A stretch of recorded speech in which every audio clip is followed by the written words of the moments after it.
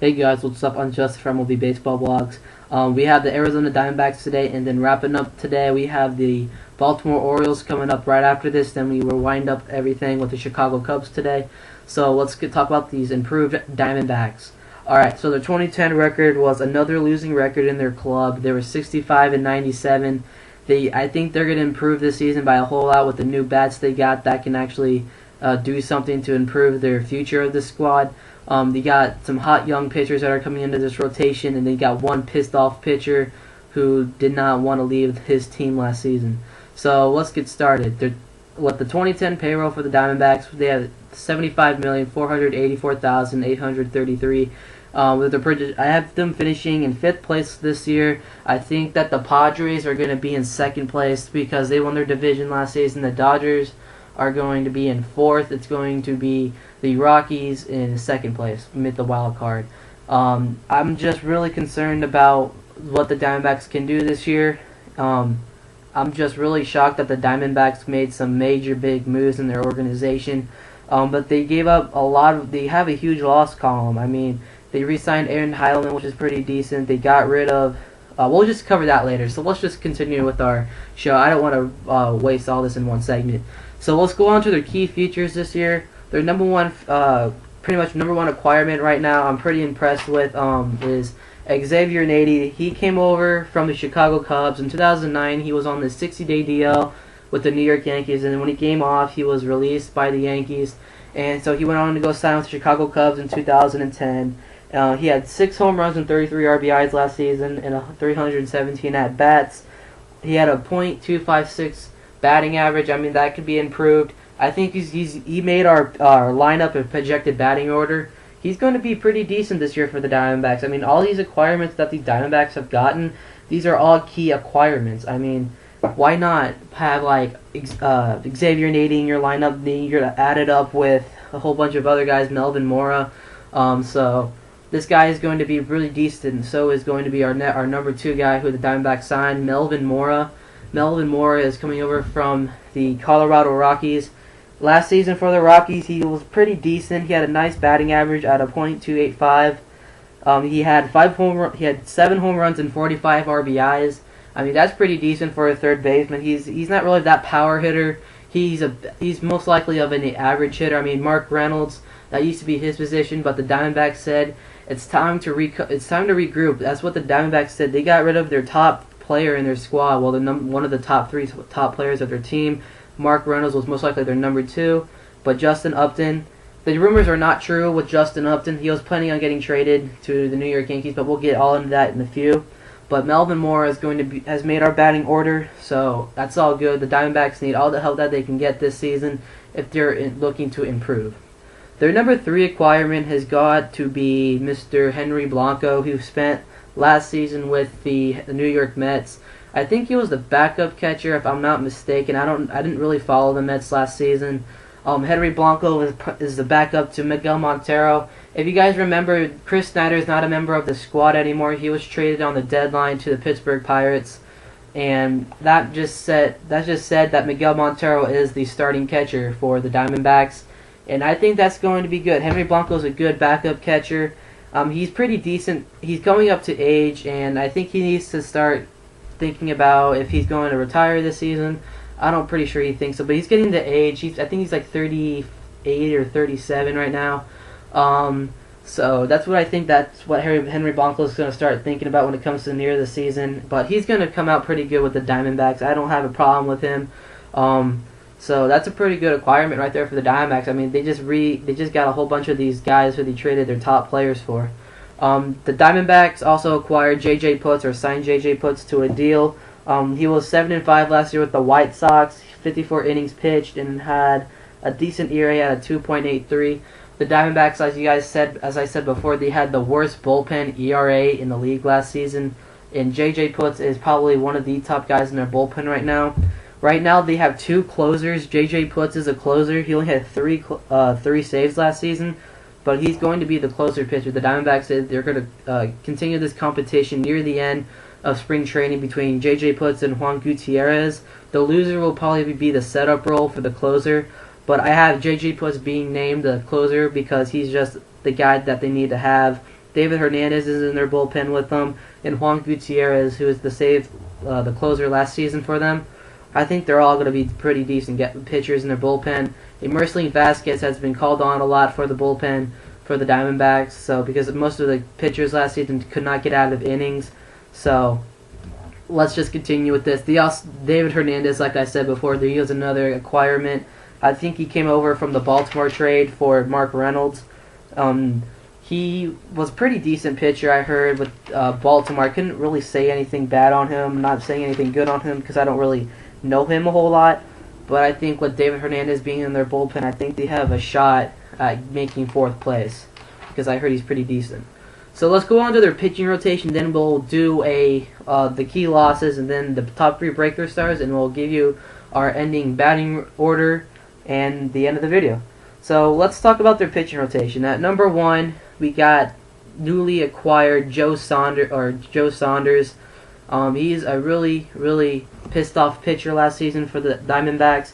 He was traded for Dan Herron, and I think the other guy's name was Corbin. I don't know precisely his last name, but Joe Saunders was pretty upset that he was leaving the LA Angels organization because he said he really, really loved its team. It was like the team that he always wanted to play for, I heard. And with that saying that he left the squad in 2009, he had the best season. His 2008 record was his best season with the Angels, and he said the 2009 was pretty decent. But when it came into the 2010 season, he struggled a whole lot. So the Angels say, we need a new pitcher, so that's what they did. They got rid of one of their favorite pitchers in the LA Angels organization, and then they went to the Diamondbacks and they traded for Dan Herron, who was the top pitcher in the Arizona Diamondbacks pitching rotation at that time. So Dan Herron, I think it was his 3rd or 4th start. He got hit with the line drive, and it pretty much messed up his whole arm for the season, and that pretty much ended his season. But Joe Saunders, he was 9-17 last season with the Diamondbacks with a 4.47 ERA, and he had 200 innings pitched. I think he's going to be the opening day starter. And I live pretty close to Salt River Field, and I go to the Diamondbacks spring training games like crazy. And I just really enjoy watching the Diamondbacks play. Joe Saunders is a decent pitcher that the Diamondbacks are going to hold on to for a couple years. So Ian Kennedy's our number 2 starters, but Joe Saunders is going to be a really, really great pitcher from years to come. Ian Kennedy's our number 2 guy on our pitching rotation. I've actually met Ian Kennedy at the Fan Fest. He's a really nice guy. I got a couple pictures with him, and I got an autograph with him. I mean, he's a really awesome guy to have in your rotation. He actually came over from the New York Yankees after he was sent down to the minor leagues in 2009. He had a difficult 2008. He was 0-4 in 2008 and had a high ERA at 8.17. And I guess he was sent down in the minors. In 2009, he spent most of his time in the minor leagues, only pitching an inning in baseball.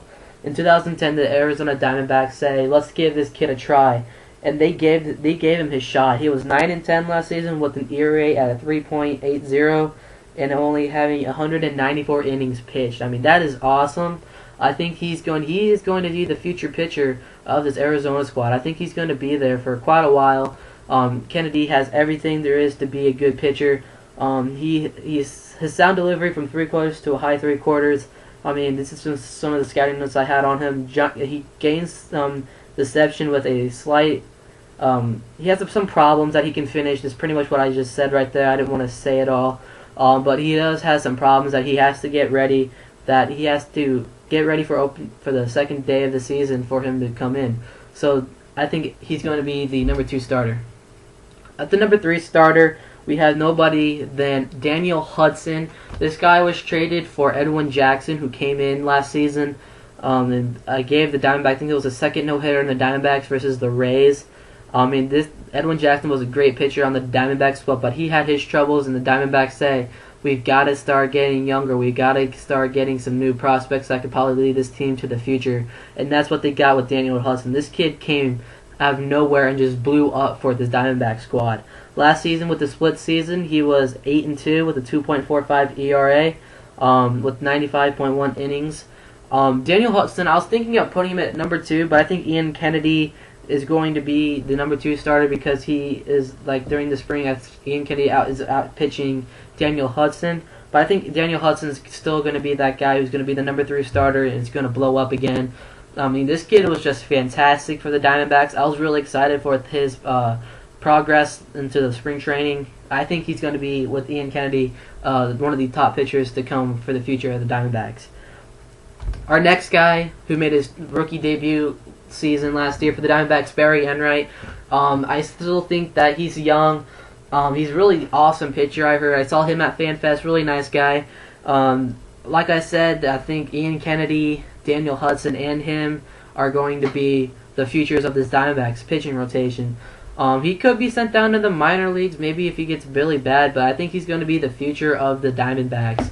I mean, this guy is a really nice pitcher. He last season for the Diamondbacks, he was 6-7 with a 3.91 ERA with 99 innings pitched. I only see him pitch one game because I was getting kind of bored of the Diamondbacks for losing all the time.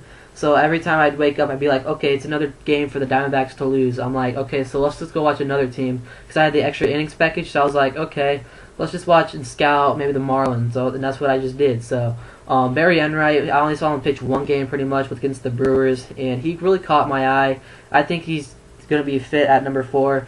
And rounding up the rotation, the newly acquired, going to be the future ace of the squad, Zach Duke.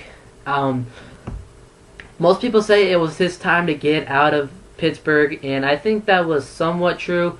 Clint Hurdle's the new manager there, and I think that Zach Duke's going to fit really well. He's not going to be the number 5 starter because he's going to be out because he had 2 broken knuckles in his pitching hand, as you see right there. That was the game that he broke his knuckles in. He's going to be out for 2 weeks, I heard, into the season, and he's going to be ready for the 3rd week of the season. I think it was just time for him to get out of Pittsburgh too, because they're starting to get the younger era into Pittsburgh.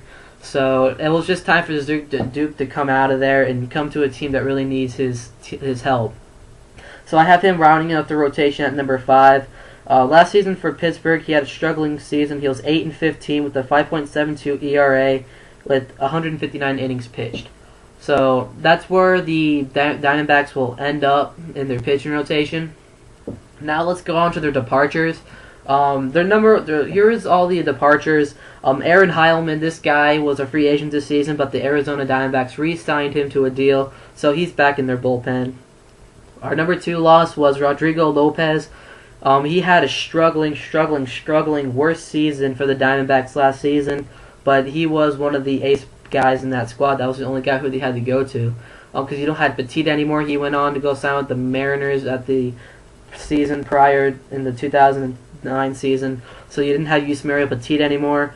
So Rodrigo Lopez went on to decide on which team to sign for. He went down to the Mets and he went down to the Braves. So he went on to go sign with the minor league contract with the Braves. The other loss was at first baseman Adam LaRoche, who went on to go sign with the Nationals. I mean, this guy was the hot at bat at first baseman. I mean, the Diamondbacks have a replacement with Xavier Nady taking his spot. I mean, he's just a hitter. He's a really long ball hitter. He's a power hitter.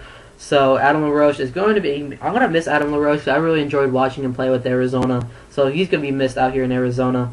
At third baseman, this guy is going to be the most missed guy. Mark Reynolds. The guy was traded to the Orioles for Cam McOlio. I'm just really upset that Mark Reynolds had to leave. I mean, it's not going to be the same watching the Diamondbacks without Mark Reynolds. I'm going to miss him so much. I mean, I really enjoyed watching him.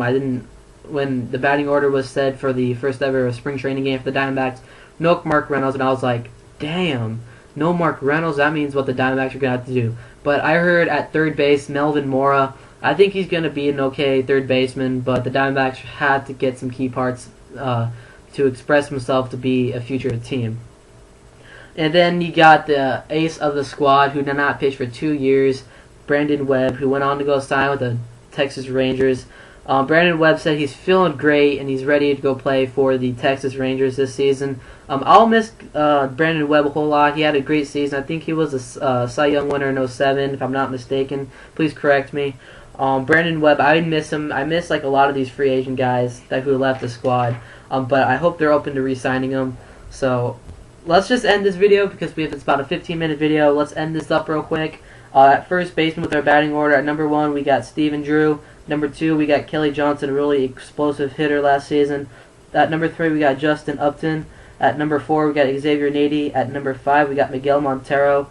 At number 6, we got Chris Young. At number 7, we got Melvin Mora. At number 8, we got Gerardo Parra. And we had the pitching rotation. So guys, I'll talk to you guys later. I'm Justin. Enjoy your weekend. Peace.